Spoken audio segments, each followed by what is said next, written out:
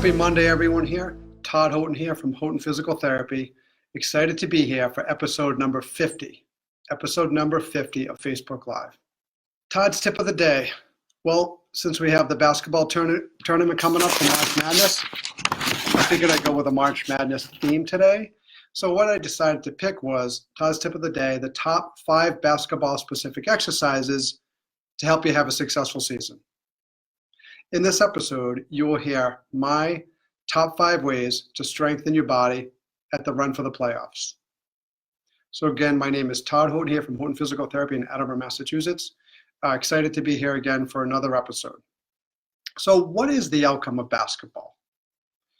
The outcome of basketball is the need or the ability to change directions, the ability to decelerate and accelerate under a significant amount of force or tension without injury. Typically, in basketball, we see injuries happen late in the game when people are fatigued.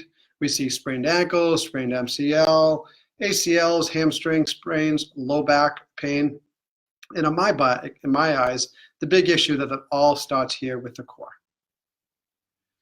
When you activate the core or the fuse box is active, when I talk about the fuse box, I mean anything on the front of the spine, the back of the spine, the hips and the pelvis, and the neck.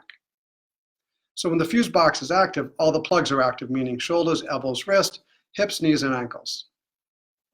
And that is when the body can work properly to avoid injury at any level of any sport or any activity that you're going to be doing. When the fuse box of the core is inactive, all the plugs don't work, shoulders, elbows, wrist, knees, hips, and ankles, and the injury rate goes up significantly. And the risk for catastrophic injuries like a torn ACL, torn rotator cuff, torn MCL also go up dramatically. So again, what do I consider core exercises? Any muscle group that's going to be on the front of the spine or on the back of the spine, the abdominal region, pelvic area, the pelvis, the glutes, the adductors, the abductors. Core activation exercises take place, in my mind, in a few different ways. The first thing we need to do is we need to find your starting point. Where are you in the cycle of your fitness level? Where are you in your cycle of the activation of certain muscles that need to be activated? Where is your flexibility level? But we need to find your starting point. So I like to show people learning the basics, lying down on their back to avoid gravity and the pull of gravity. Then you learn the basics sitting. Then we teach you standing, walking, and then we apply all these basics to movement patterns like a basketball type activity. So what I want to go over is what are the 5 strength exercises that'll be good, that you should be completed to maintain good basketball health. Number 1 is the Romanian deadlift, one of my favorite exercises. Why should you do the Romanian deadlift? A question many people ask.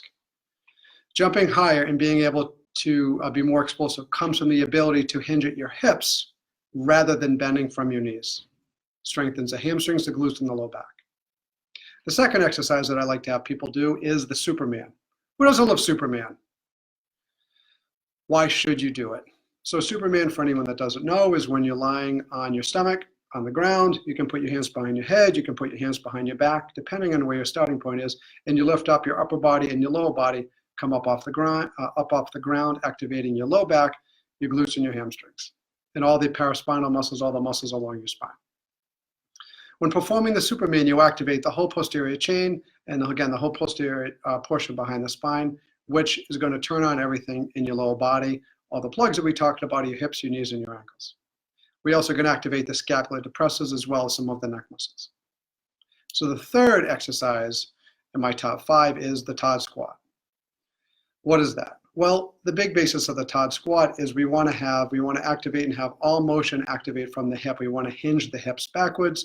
We want to keep the big toes and the arches down. We want to have activation of the adductor muscles as we're going down. When we're coming back up, we want to activate the core muscles. That's the third one. Number 4 is a medicine ball squat to press. Just like it sounds like, medicine ball here. You're going to do a Todd squat down, come up, and you do a press with it. By hinging the hips and exploding up, this will simulate or mimic proper jumping form for playing basketball. The 5th exercise that I'm going to recommend is side stepping with adduction and abduction. Well, what does that mean? Adduction to bring closer, abduction to take away. So we see people, a lot of people do the mini band, which is probably one of the exercises that's done improperly out of most of the times that I see anywhere in the gym or in the clinic when people first start off doing them.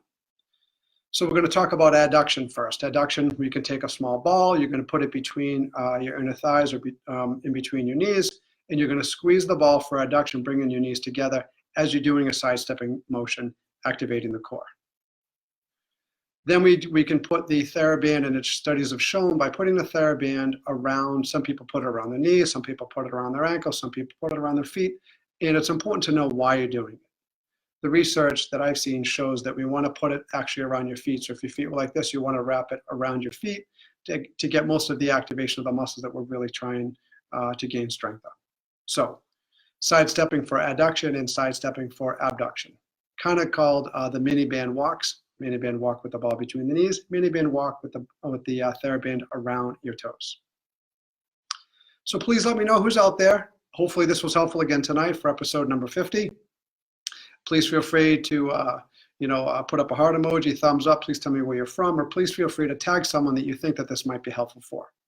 Thanks again, Craig, for joining. Thank you again, Devin, for joining. Hope you guys have a great night. Look forward to seeing you next week. Thank you.